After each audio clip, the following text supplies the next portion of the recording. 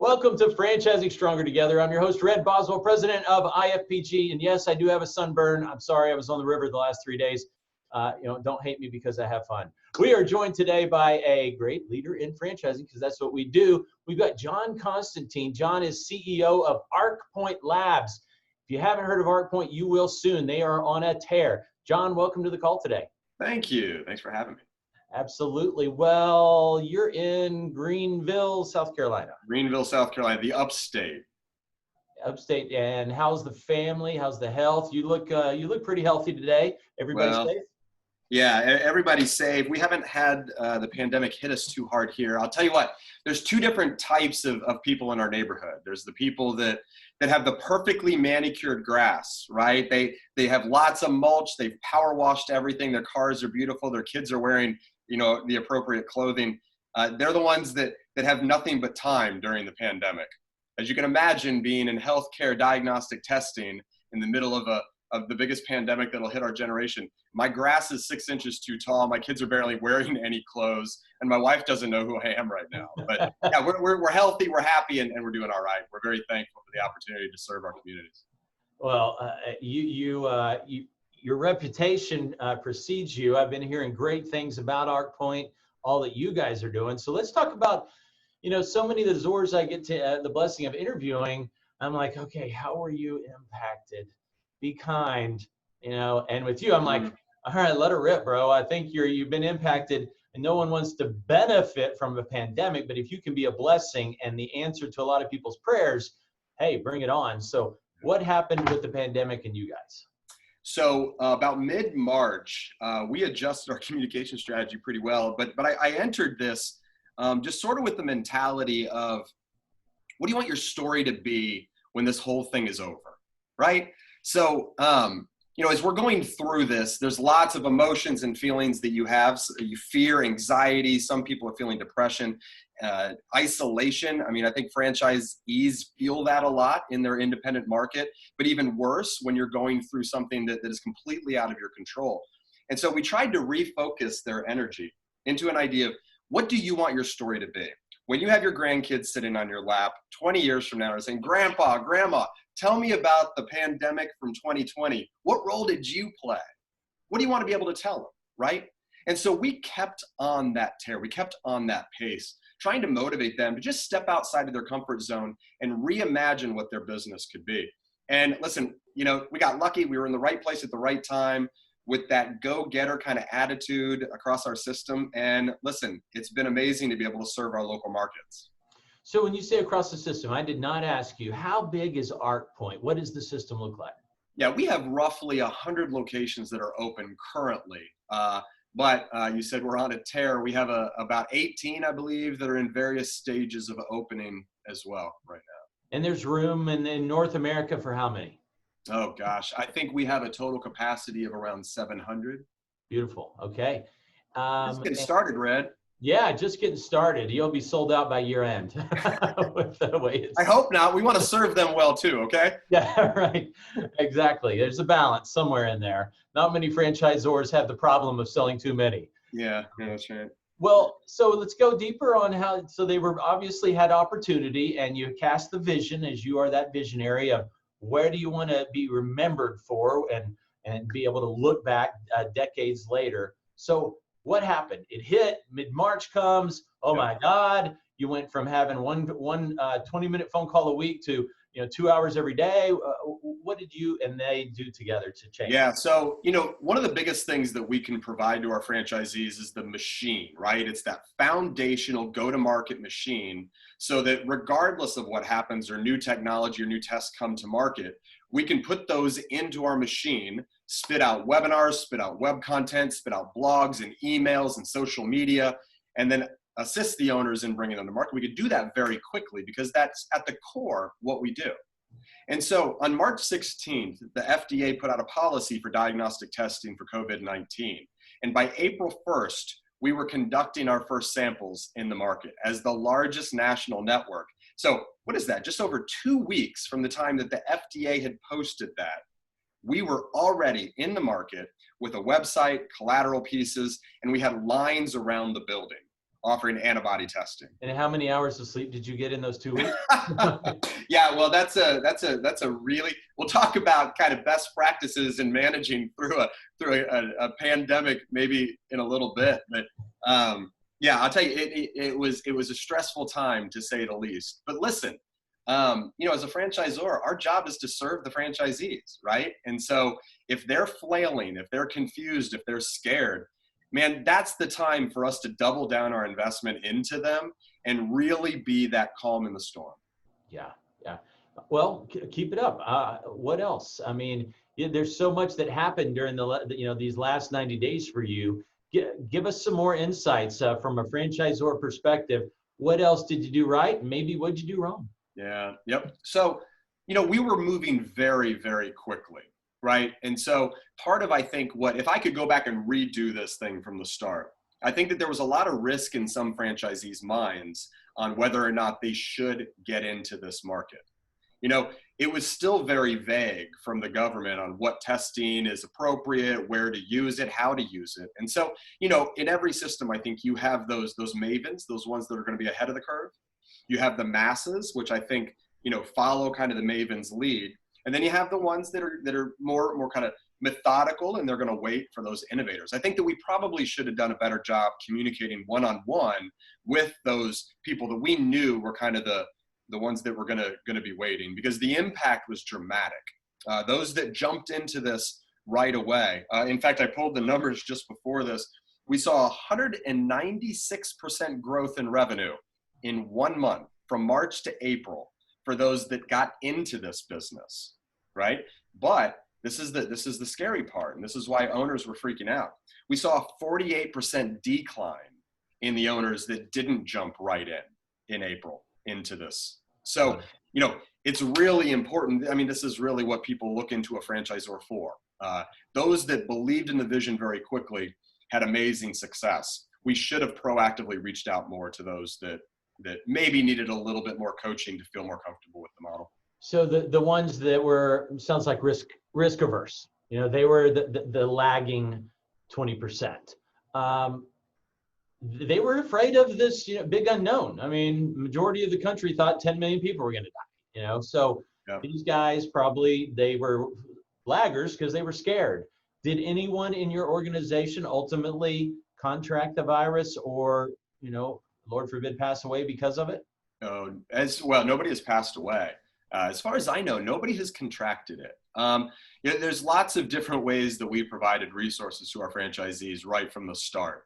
Everything from trying to, you know, PPE, personal protective equipment, was hard to come by. And so we went on a tear. I mean, all across the country, we went and tried to find as much PPE as we could.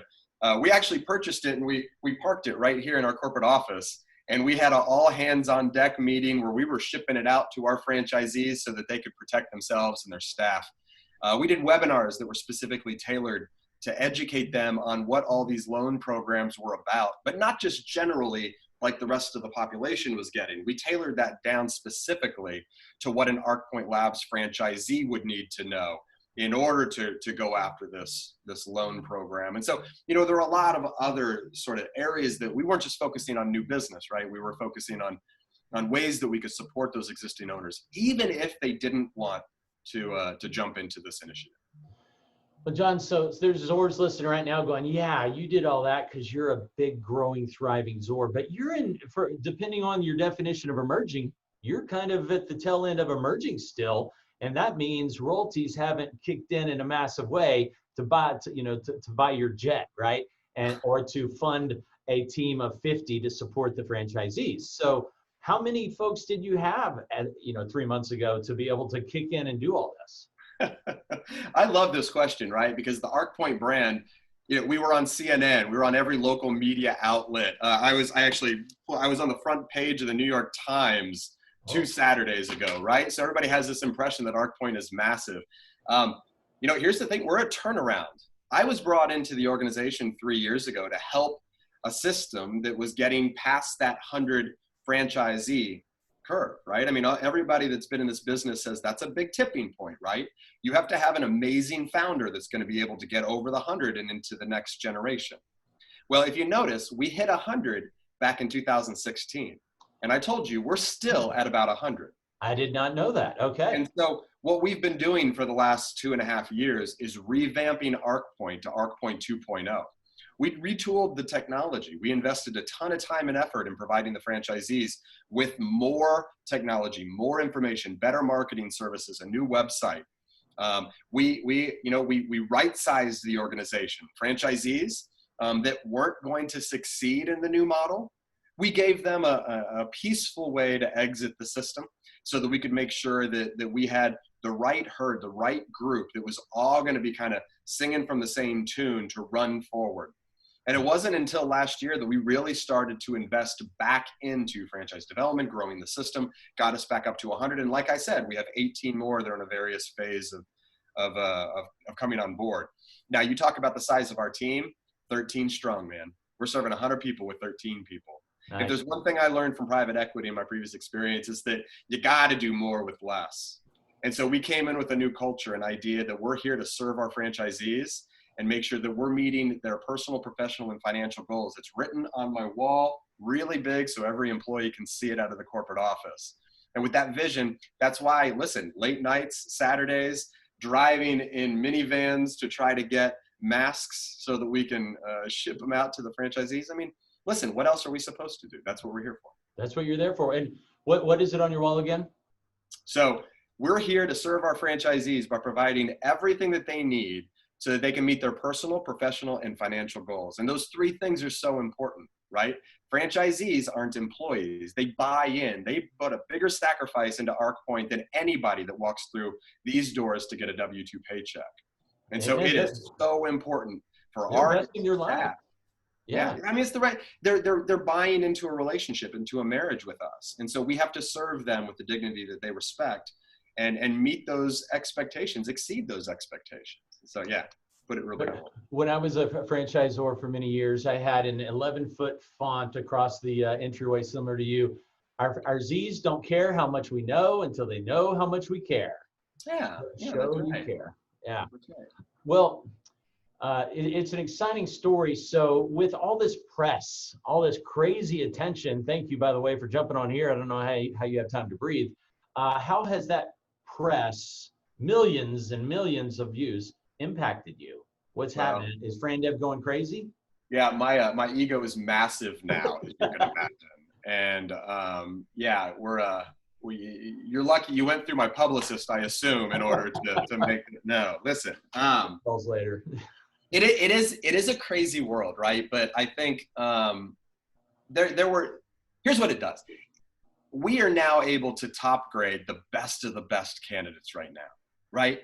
Because, I mean, IFPG, a group like you bring the best of the best to a system like us. And so now we can invest in a program like you that we didn't have the funds to invest in historically. And so by being able to do that, we believe that we're raising the bar again to a whole nother level. We talked about ARCpoint 2.0 today on our strategy call. We said, okay, what does 3.0 look like? And maybe even let's think ahead and what does 4.0 look like?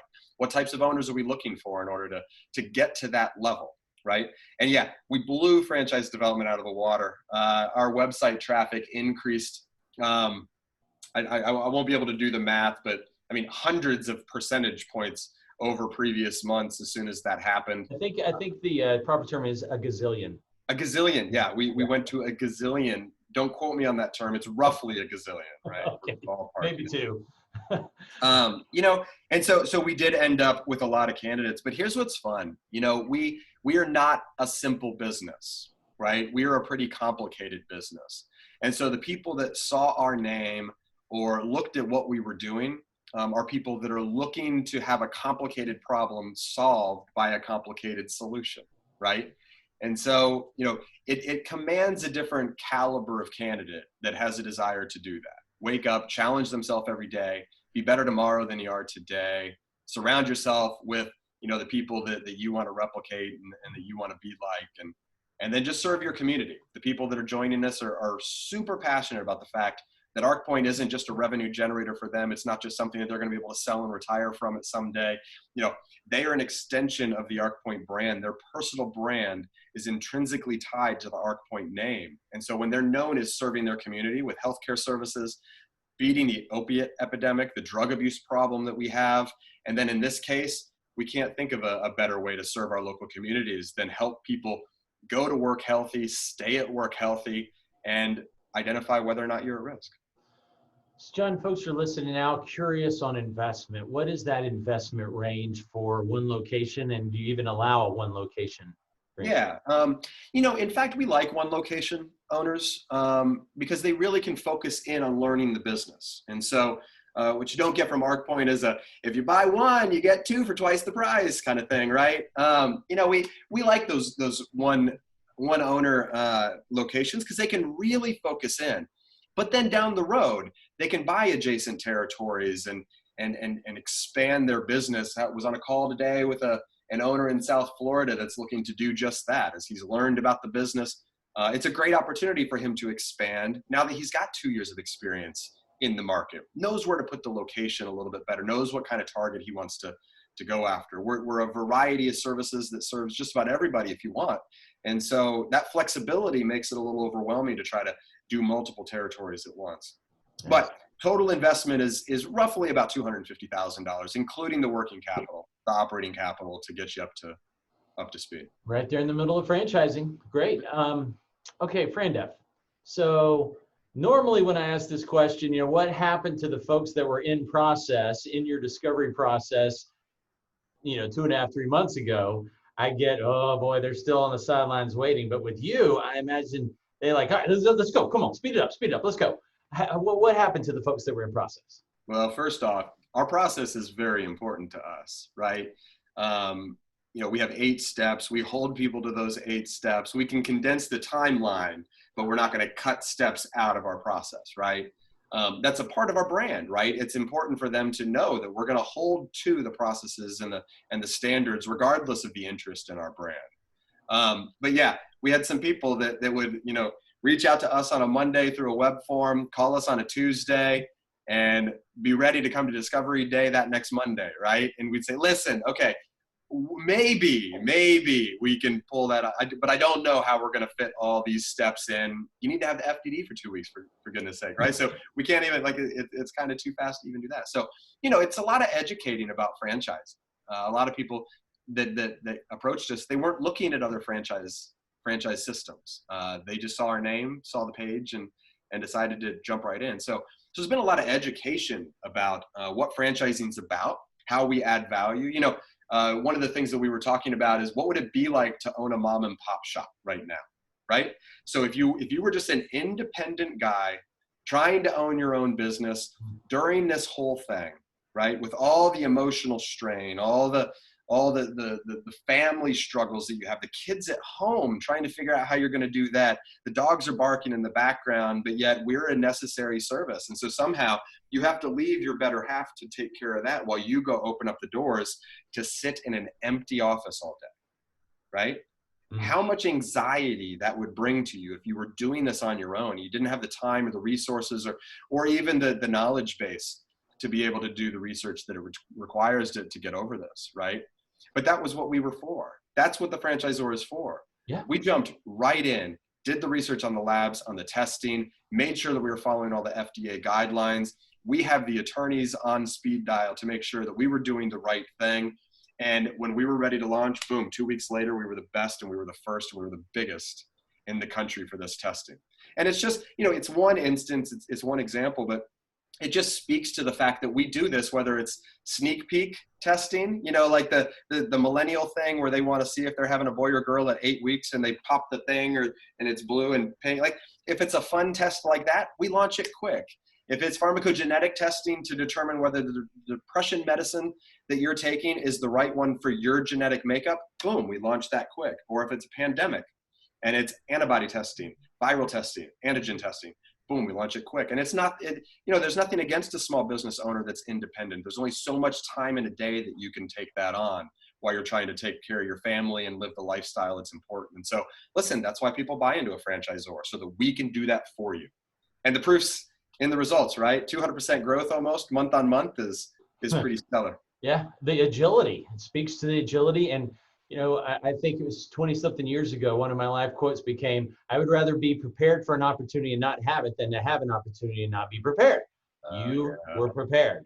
Yeah, that's right. And that will make all the difference for literally decades to come. What you did in those 2 weeks to be the first in the country and the biggest at the same time made a huge difference. Yep. Okay, I know there's some folks listening going, wow, this guy's growing. Red can speak to the fact that I get probably one call every day from people looking for a friend dev job. I got a wall of people looking right over there. Are you hiring? I mean, you got so much leads. Is there an opportunity there? Or you good on that? Yeah, listen, I'll get you in touch with the right people. We absolutely are always looking for the right people to join the team. And your corporate offices are in Greenville. Greenville, South Carolina. That's right. Require relocate? I'm saving you some time here. No, you know what? I think we'd be comfortable with virtual. Listen, we're all virtual now, right? If there's one thing that we've learned, it's that this is working. This is not a bad thing. Yeah, like you and I are probably nearly the only people in our offices today. Yeah, that's right. Not a lot happening back there. You know, speaking of that though, a couple lessons that we've learned through this is the communication and the technology, the importance of that to a franchise system. I'll tell you what, our franchisees have never felt more connected to us than they do right now. We do daily videos. I do a daily video that I send out to the franchisees to give them, sometimes it's just motivational baloney stuff, just like a little Johnism here or there. Wake up tomorrow better than you are today, whatever, right? Cheesy stuff. I get text messages back saying, I really needed that today, right? Sometimes it's just an industry update. It's something that hey, the FDA changed this. Listen, just a quick 2-minute message. Important for you to understand this. Go have a wonderful day. Numbers. Hey, look who's on top today. You know, those kinds of things. So daily communication. We have more communication with our National Advisory Council than we ever have. We're now meeting with them weekly. Did you ever go tighter than weekly? Well, when this whole thing first came out, we have our president that I speak to frequently. We also have a franchisee that helps out with onboarding new franchisees, right? The most vulnerable in our system are the ones that are the newest. And so I have daily conversations with him to make sure that we're communicating effectively. But even better, that's not replicatable, right? That's not sustainable. And so we built an internal Facebook style news feed so that everybody can go into an intranet portal and see in real time the updates that are coming in little tiny clips. It links to an internal document management system so that they can read on their own time. They don't get email fatigue. We're getting ready to launch a text messaging campaign where we'll be able to just text little updates to owners as they come. So that once, communication becomes key to all of this. And listen, when this thing stops, I don't think we're going to stop doing that. That's just become part of our DNA. And we've realized that they don't appreciate us. They don't understand what we do or how we do it if we're not telling them, if we're not right in front of them doing that. And the staff loves the fact that they're getting the positive feedback from the franchisees. So they're feeling more connected to the franchisees as well. The staff can really get, if you have the right staff, they feel like they are changing lives too. It's not just the Fran Dev folks. It's not just the franchise consultants out in the field supporting them. It's the whole staff because they get that feedback from your people. They get the pictures, they get the smiling faces, they get the hugs at convention. It's a great thing to build that team and even that family atmosphere. Oh, that's right. That's right. Well, John, as we wrap up, it's obvious you are going to the moon with ARCpoint. Any other advice, predictions that for other franchisors out there? Yeah, if you're not doing virtual discovery days, man, do them. They rock. It's amazing how impactful those can be. Do a virtual cocktail hour beforehand. It's fun. It's cheesy, but it works, right? Beforehand, yeah, we do it the night before, and have them get on their computer. We send them a nice wine from Greenville and a t-shirt, an ARCpoint t-shirt. We show up with our ARCpoint t-shirts, and Felix will have a glass of wine. Our founder will jump on from the beach wherever he is, and we'll make it super informal. And it's a great way to just get people relaxed before they're going to spend half a day on a Zoom meeting the next time, where we have the staff go through all the different components of our discovery day. And it's been working amazingly well. In fact, candidates are signing off of the discovery day. So I don't think we're going to let that go. And listen, leading through the storm, this isn't going to be the last storm that we're going to have in our career. It might be the biggest. Let's hope it's the biggest. It's not going to be the last, right? And so if you don't mind, I have 5 bullet points that I've been telling everybody that I can. that somebody has pointed out in what we did that gave them motivation to replicate the same thing. So first, find your rock. If you don't have your rock, then you're going to be floating all over the place. For me personally, it's my faith. Now, I lean heavily into my faith. I always make sure that I have an hour every morning to just have quiet time, relax, so that I can start the day recharged and ready to rock. Drives my team nuts because I am all jacked up on coffee by 7 o'clock in the morning, already been to the gym, and I'm hitting the ground running, right? But listen, find your rock, whatever that rock is for you. Be flexible. Do not think that what you know is what's going to be successful.